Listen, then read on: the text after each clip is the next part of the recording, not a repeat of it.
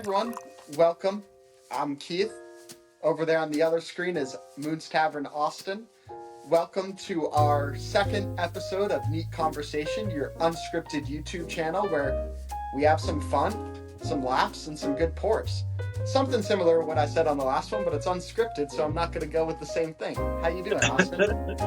We got to keep everybody guessing. You don't want to just have the same thing over and over and over again, right? Exactly. We don't want to be too repetitive here. That's right. That it wouldn't be a neat conversation and unscripted. Exactly.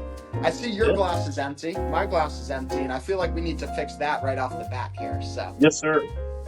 Well, you go first. What you got? So, we decided today we're going to go with some local craft distilleries. We want to showcase something that's close to us. So I'm pouring our Shatter Mark here, based in Boston, Massachusetts, veteran-owned distillery company here. Pretty unique. I got 3 different bottles here, but I'm going to start off with batch 1, which is their bourbon right now. Very cool. Well, while you're pouring that, I'm trying to figure out, is yours a bourbon, rye, wheat, what? Well, what I just poured was batch 1 bourbon. I do have a rye next to me, so. Okay, so I'm going to go with my, is yours a high rye or a wheat or what? Or you don't know? I got a regular rye and a white rye, which I'm sure you don't have a white rye, so. Yeah, no. Well, I'm trying to match what you got. I'm going to go with this bare knuckle. This is in Manassas, Virginia, so it's close to me. Now this is actually MGP, so this isn't what they've made now. The other stuff that I have is actually what they made. They're almost to the point to where they can make it, but the thing that's very cool about this is it's only distilled in Indiana, and then what happens is they move the barrels over to Virginia, and then it gets finished in Virginia as far as in the barrels. But this is the bare knuckle single barrel, aged 6 years, high rye bourbon. It's 130 proof. So here we go. This could be you're drinking a bit hotter than me. I'm only at 94 proof right here. I am a bit hotter than you, so I mean it's it goes along with the territory. I guess so. I do like the picture that they put there. Every time I see you post it, I kind of want to square up with you. Except if I square up with you, I'm going to end up in the hospital, so that's not a good idea. So it's like a Jake Paul and Mike Tyson. That'd be cool if they had one on each bottle there. Yeah. Anyway, I mean, the only thing I'm going to be able to beat you at is pop shot. So. To be determined. That might be alive. We might actually have to see people, post money and stuff like that, and do bets to see who wins. Yeah, I might need a warm-up game or two, but. Oh. Cheers, my man. Cheers. Yeah, we'll have to do an episode together in person when I'm down there in Virginia in a little more than a month. So. Oh, absolutely. That's gonna happen. Man, I'm telling you. I know some people know about these. The bare knuckle single barrels. They're sought after, but it is delicious. And the bare knuckle distillery, it's a very small one, so you get a lot of attention when you go in there. So it's definitely a good one to visit. It's not nothing where it's huge, but you definitely get a good idea of what they're doing. How big is that distillery? The one that you got? Yeah, so they are resting right there in the rick house. It says it, right here on the bottle. It's mashed, distilled, and bottled in Boston for at least 4 New England seasons. So I'm not sure the age on yours, but yeah, this one's a 6 year. Yeah, it's 6 years. Yeah. Let's see here. The wheat one is, of course, they put it in months to make it sound like it's longer. It's 49 months. And then the rye is 57 months. I do their math really well, so. Yeah. I know I mentioned it too earlier, but this is that white rye I was talking about. You don't see a whole lot of these. You just see your typical, brown water banter. Give him a little shout out there. But you see that brown water. that dark color. You don't really see these clear rye, so it's pretty cool here. I Very, can very. pretend I'm drinking. I can pretend I'm drinking that Virginia moonshine with this. No one will There you know the go. difference. Well, I do have that. I mean, you could try that when you come. I've got some of that, no problem. We Good got you thing I'm covered. not. Good thing I'm not driving once I get there. Then. Right. I mean, yeah. I mean, it might be a long night for you. Yeah, it's fine. Hey, as long as I get some of that Moon's Tavern cooking that I see all over Yeah. Instagram, I think I'll be okay. Well, you'll get it. You'll get it. I mean, you know that. I mean, fat kids got to eat. So, I mean, yeah, you're going to be right along with it. So, I feel bad. I'm probably making you eat a later dinner tonight. So. I've already eaten, brother. we came prepared. No, we were out and about. I was going all over the place looking for in our area. There was some drops, so we went to a couple of stores and tried to pick up on the drops. Well, there was a drop yesterday up in Northern Virginia, and then usually what happens is, obviously it filters down on people's days that they are, getting their trucks and stuff like that. So we were out trying to hunt some stuff. Came up empty, but it's all good. I legitimately got too much already, so it's just it's one of those things. It's nice to get it, just to try to have your backups and all that kind of good stuff. But when you strike out, it is what it is. I mean, some other people got lucky today, which I'm happy for. I'm not that guy that will hoard stuff. I try to help people out as much as I can. At least, I mean, my local people and all that. I'm not all about shipping bottles all over the world, but you know what I mean. Yeah. No, I mean, it's a lot of fun. A lot of people think that the only way you get allocated bottles is if you spend hours going store to store, and that's really not true. I think you have a similar experience, that it's really more about the connections and the people that you meet. Really it comes so much better than just running store to store and going that way. So. Yeah, I mean, Virginia, the way that they used to do it was they would have it in a system where they would send out an email or whatever of that nature, and then you would kind of just go to the stores where the emails, where they're saying that stuff is, or they would do a complete statewide drop, and you would line up.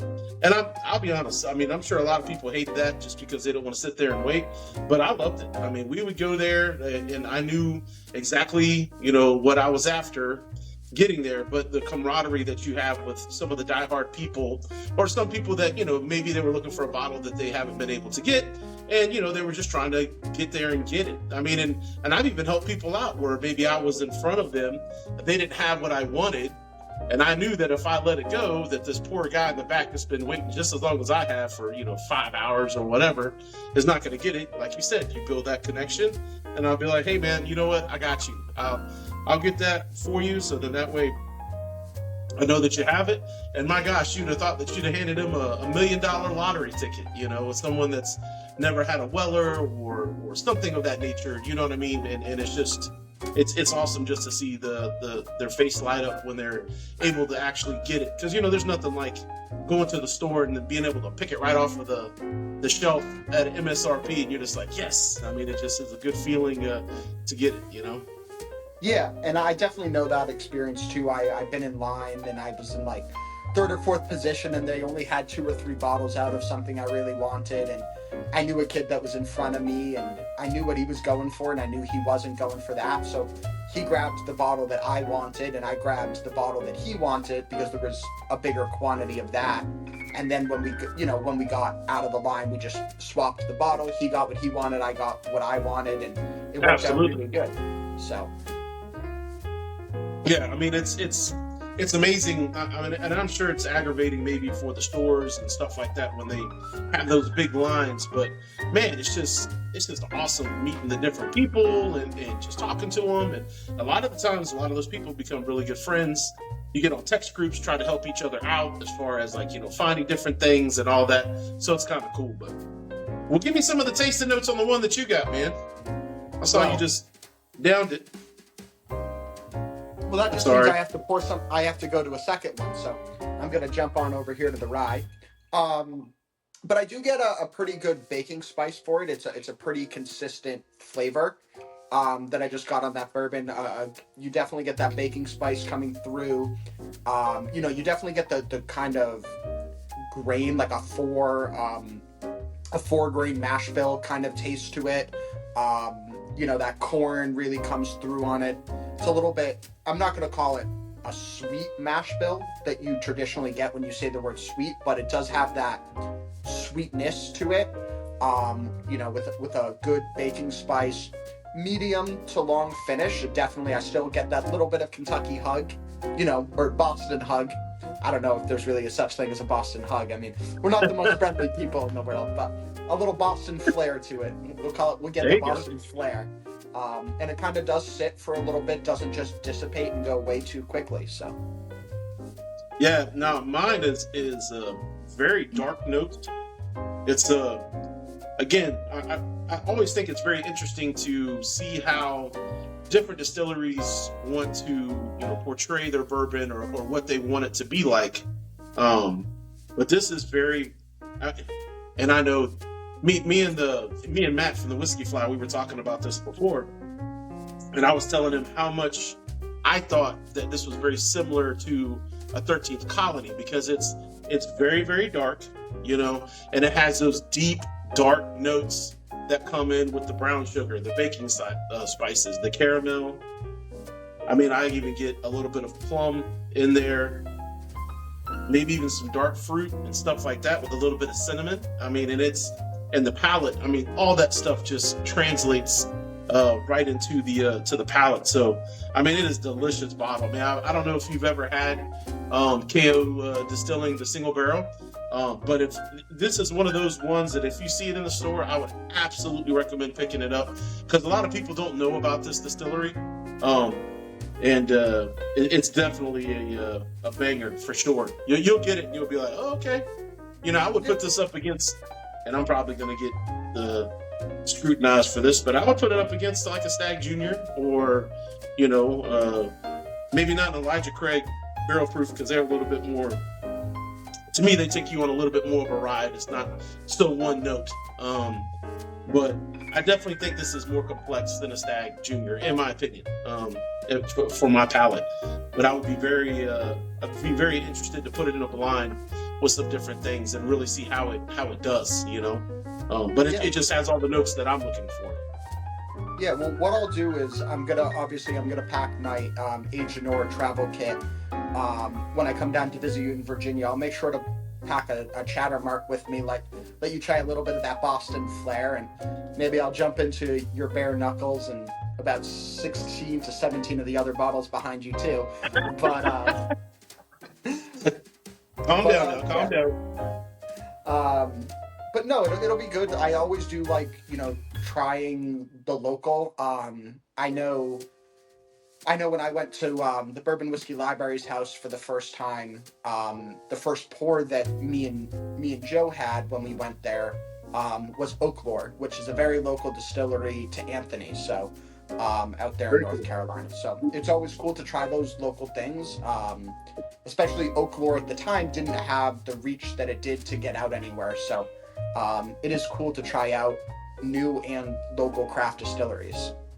Especially when you don't have to pay for it. Well, we did go to Oaklore when I was there, so I did pay for some pours there. So, like I said, I mean, sometimes I get a little. If I have it and if it's in my bar, then that means that I really, really liked it. I mean, I'm not as adventurous probably as some other people, but this was like right in the beginning of my first bourbon journey, when you're trying to figure out exactly what you like, so you just buy everything, and you're just like, oh man, never had that before, let me get that, then let me get that, and then you find out that MGP makes half of it, you know what I mean? Or the ones that are actually doing it all themselves, they're so young that it's just like, oh my God, this is so harsh. And it's, it's sweet, but the those jagged edges at the end, it's just like, oh, I'm not digging that. And I like a punch. I like that spice. I really do. But I think what we found out from the last time, doing some of the tastings, I think you like that harshness or that that jaggedness at the end a lot more than me, where I like mine to where it peaks and then it just kind of slowly comes down, but I still like it kind of having like a smooth line where you don't mind the, the jagged edges of that finish. Yeah, no, definitely. I would 100% agree with that. I do like a little bit of waves in it. I don't like it to just peak and valley, so to speak. I like it to kind of mountain, and wave a little bit. When I'm doing a single barrel selection, that's something that I specifically look for, is kind of how wavy it is, and that really aids in the direction I'll go on a single barrel pick. Yeah, this is interesting. I'm into the weeded one now. And I haven't had this in a while, but man, it's just straight up cinnamon, like red hots. It almost makes me feel like I'm drinking like an old Kirk, kind of like that old Willet, the Willet stuff that's kind of, but it doesn't taste like Willet, so I don't want to throw anybody off. I'm not a big Willet fan, so, but this is in a good way. It's not like overly cinnamon hotty, but it's definitely there. I definitely can get it. So you were talking about, maybe doing that in a blind against Stag Junior. So if you're getting that cinnamon, are you getting the cinnamon the same way you might in a Stag Junior? Or I know you put this in your top 5 whiskey bar yesterday, was the Larceny Barrel Proof. Yeah, the Larceny Barrel Proof, it's funny because there's, and of course, this is back when, I can't remember the daggone TV show. Larceny came out with a whole bunch of cocktails, and it was with Whiskey Wonderlush on Instagram. I don't know if you know her. Very cool. This is when she was working for Heaven Hill. She came out with a whole bunch of different cocktails that was called like the Hold the Door. So it was Game of Thrones kind of cocktails that they had. And there's the Hold the Door that I really, really like. There's another one that says Don't Call Me Shirley. That's the Larceny Barrel Proof. And then really, so those two, and I'm kind of telling on myself here. So those two are the only 2 cocktails that I really drink per se. But I do like a Gold Rush as well. And with the Gold Rush, I usually use the Elijah Craig Barrel Proof. So when people would come over, now of course that Elijah Craig has, stopped doing the 12-year. I can't tell you how many 12-year bottles that I put in a cocktail. Excuse me, which if I could go back in time and do it again, I'd be like, okay, we probably should put something else in there instead of that. But I know you have a ton of Elijah Craig Barrel Proof. I do too. I only have one on my bar as far as that goes, but I have a ton in back stock of just, whenever I see them or whatever, I'll grab them. Especially the older ones that are the 12-year. Not that the new ones aren't any good. I've never had an Elijah Craig Barrel Proof that I didn't like, but just because of, you see the label, you see the 12-year, you're like, oh, well, I want to get that one, And the Larceny Barrel Proof now in Virginia, man, it's not even allocated anymore. It was allocated, so it just sits on the shelf. So it's good. I'm saying it sits on the shelf like people don't buy it. I'm just saying it's available. It's a lot more available now, so I can just take that and use it what I want. Now this one, when I'm saying the cinnamon, this is the weeded one. The high rye one is the one that I would put up against the Stag. Yeah, I just meant like in terms. This one I don't think would contest with the Stag at all. The weeded one. Yeah, it's good, but it's very one note. You know what I mean? Yeah, at least for me, when I'm drinking the Larceny Barrel Proof, I get a ton of cinnamon. So, and they're both weeded. So if you're getting a ton of cinnamon in this, that's why I was kind of saying, like, I wonder how it would do there. I see what you're getting at now. I wasn't making the connection there. Maybe I haven't had a Larceny Barrel Proof. Matter of fact, I got to go to a family reunion.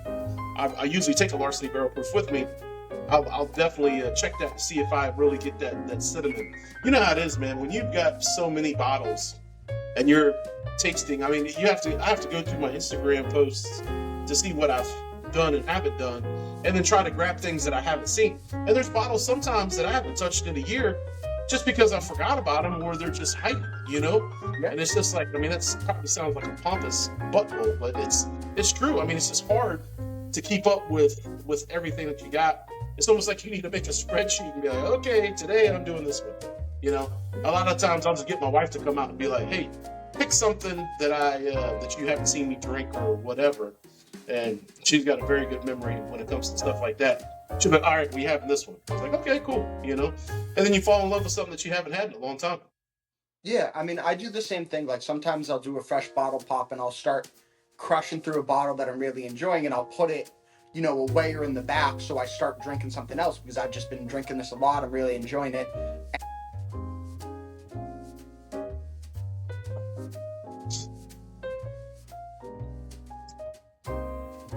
Man, I'm making a mess.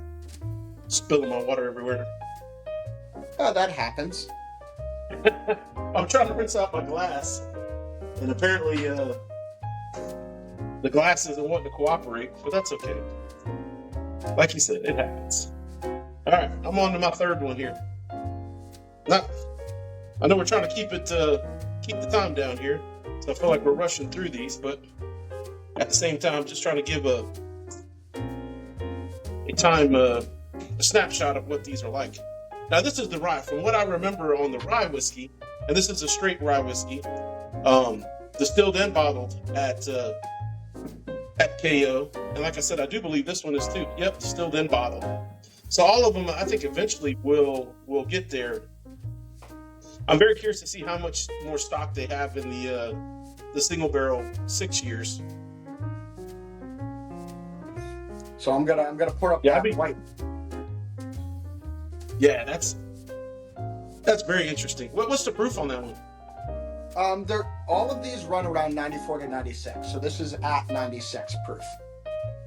Yeah, you were very smart. Everything that I'm getting is like 120. 120. Let's see here. 124. That one's 130. And of course, I got a lot of comments on that on the 5 bottle. They're like, my God, Austin, you don't do anything but barrel proof. And I mean, that's kind of true. I mean, to a certain extent. Yeah, I mean, I definitely tend to side like you with a little bit higher proof and things like that. But I don't mind going down, into the 90s. It's a good change of pace. These guys are, they've been growing a little bit over time. Like when I got these bottles, they were really, really new. I got a private tour of the distillery when they first opened. That was around the COVID time, so that they've been going for a couple more years. It's actually a really cool place in Boston to sit and have a drink. They have a really good cocktail room in there, but it's fun, and I like kind of checking out something local and supporting something that's unique. They're not distributing out of Massachusetts yet. So, it's something that we get that other people don't really probably know about or get to try. So how was that one? I mean, is it pretty harsh or what? Harsh is not the way I would describe it, but it definitely drinks a little bit hotter than its proof. I definitely get a little bit more bite on this than I do on the regular rye. It doesn't have that same typical rye spice that you usually get, but you definitely can tell that it's a rye if you are very well versed in ryes. It does have some of those normal characteristics, but truthfully, I really do enjoy it. I think it's cool. I like that it's a white rye. I can't think of any other white ryes that I've ever seen. Jack Daniels got one. Oh, do they? Yes. Yeah. I mean, it's a. I've seen them on what's the website? That's over in Holland. I can't think of the guy's name. Anyway, Jack Daniels. Must have malts. Whiskey Library. Must have malts. Must have malts. Gotcha. Gotcha. I've seen it on there a couple of times, and when I've been to the Jack Daniels distillery, I've seen it. And I know a couple of our thieves friends. They've had some. I've seen a couple bottles in the Discord and all that kind of good stuff. So that's very cool. And that's another thing that's really cool about the thieves. Bourbon thieves, and you see so many people all around the country. And they just have so much different things, man, that they're drinking, and you can get kind of heads up of what's good, what's not good, so on and so forth, from all of that, and just a camaraderie on there. And if you're around, I mean, I'm sure that if anyone ever came up to New England, they'd be hitting you up and be like, "Hey, Keith, let me come up and visit," and blah blah blah. So that's really cool. Yeah, definitely. Anyone now, when you're Any thief is welcome by anytime. Just send me a message. But I'm also happy to connect. Even if you're not a thief, shoot me a message. If I'm around, I'm happy to make something work. Yeah, I mean, that happened to me here recently. Met Dave, and what's funny is Dave, Old Dominion Bourbon, he's like, hey man, I'm coming up 81 right now. You know, I'm so many miles away from where you're at. You know, can we link up? I said, heck yeah, man. He came in the house and we had, you know, a couple of pours. Of course, we couldn't have so much because he was driving, but he stayed for a while and we talked for probably 2 hours or so. And come to find out, he grew up in the same area that I was at. So it's just funny how small the world is, you know, and how many connections you can really make to people. Now, What I wanted to ask you about your rye that you have there. Now, does that go more minty or is that more pine, or like which direction does it go? Definitely more pine. It has kind of a botanical feel, like you might get on a gin. It has kind of that more of that gin characteristic of a rye. Definitely that botanical, piney, earthy flavors. And I'm not saying that sounds pretty cool. I definitely want to try that one. On this rye, I think you would love this one. I mean, this has got, because you like that oak for the age that it is. It's kind of surprising how much oak I'm getting out of it, and it doesn't say that it is a double barrel. No, it's a single barrel. But man, it's just a lot of oak coming out of it. But this is going more of the minty side, just a little bit. It's not like overly, you know what I mean? But just that little bit of hint of mint. I mean, it's not off-putting at all. It's very good. But of course, ryes don't take that long to age. I mean, most ryes are 4 or 5 years old. It's not like that they take them way, way, way high. Usually, I mean, they do, but you know what I'm saying. Yeah, I mean, Parker's Heritage had that 10-year rye that they just did recently. So you definitely can get age in rye. So. Well, what's funny about that too is that you look at some of the, and I don't know what your feelings is on this. Here we are, trying to talk about these, but we keep going off. But again, it's unscripted, right? So it's just whatever pops in our head.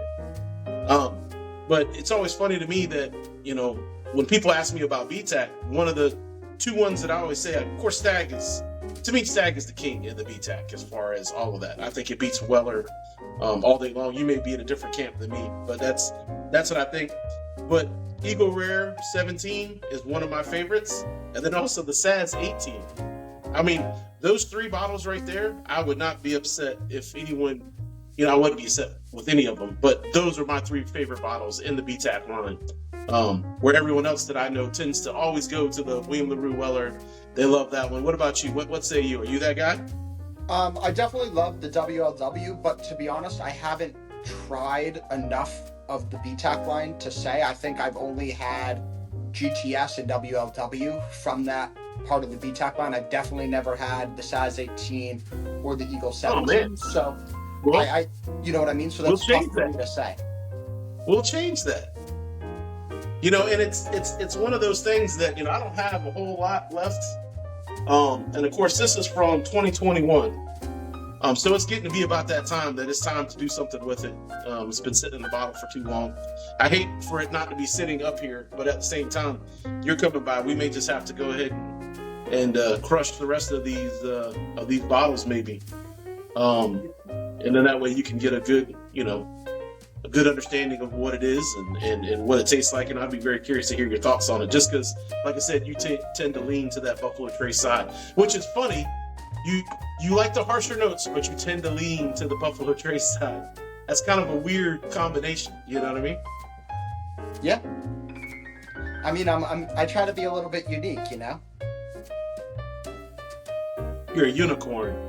Yeah, that's what I'm told. Well, shoot, man. I think this was a good little session on these on these 2 distilleries. Like I said, I mean, I would definitely recommend checking out KO Distilling in Manassas, Virginia, if you're ever there.